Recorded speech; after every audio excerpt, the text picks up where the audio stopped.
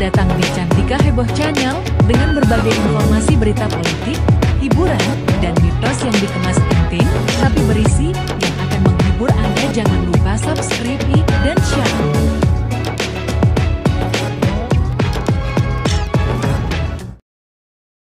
Anggota Komisi 7 DPR RI, Mulyanto, mengomentari isi kantor Wali Kota Solo, Gibran Rakabuming Raka, yang dipenuhi oleh mainan. Menurutnya, hal ini bisa menjadi tanda awal keruntuhan sebuah negara. Keruntuhan negara, ujar Mulyanto dalam keterangannya di aplikasi X @patmul63 tanggal 18 Juli tahun 2024. Mulyanto menekankan bahwa bukan hanya imperium besar dan kerajaan yang berbasis dinasti yang dapat melahirkan pemimpin kekanakan. Bahkan imperium besar dimulai dari munculnya pemimpin kekanakan, imbuhnya. Bahkan, negara demokrasi berbentuk republik sekalipun bisa mengalami hal yang sama. Sejarah terus berulang, cetus Mulyanto.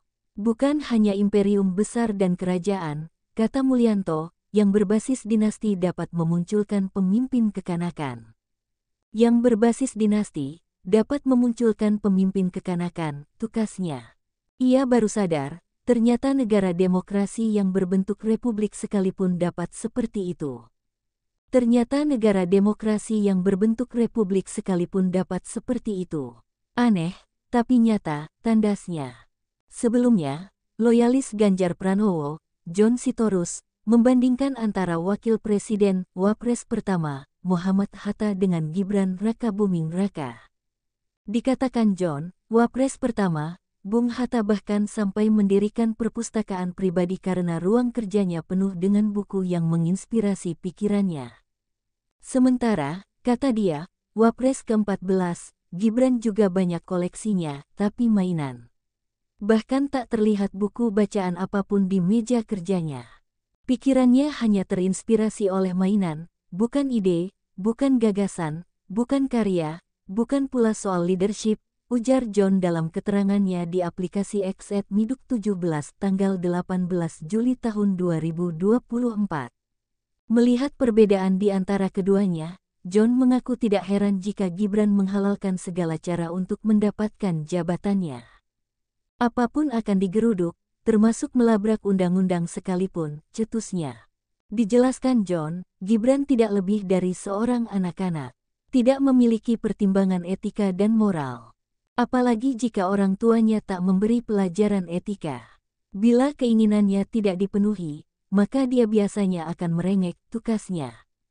Melihat perbandingannya, John mengatakan bahwa perbedaan di antara keduanya sangat mencolok. Ketika tahun 45 pemimpin kita sibuk mencari inspirasi untuk menentukan arah bangsa, tahun 2024 pemimpin sibuk cari kesenangan pribadi, imbuhnya. Menurutnya, pajangan di ruang kerja, itulah representasi mental dan pikiran yang sebenarnya. John bilang, Bung Hatta merepresentasikan sebagai seorang cendekiawan sekaligus leader. Sementara Gibran merepresentasikan pemimpin karbitan yang masih suka bermain dengan dunianya. Yang jelas, ruang kerja di kantor Wapres pasti lebih luas kok, timpalnya. Blak-blakan, John menuturkan bahwa Gibran masih bisa memajang lebih banyak mainan di kantor Wapres nantinya. Di sana boleh pajang yang lebih banyak lagi, bahkan boneka-boneka berbentuk presiden tertentu juga sangat bisa dipajang di sana, tandasnya.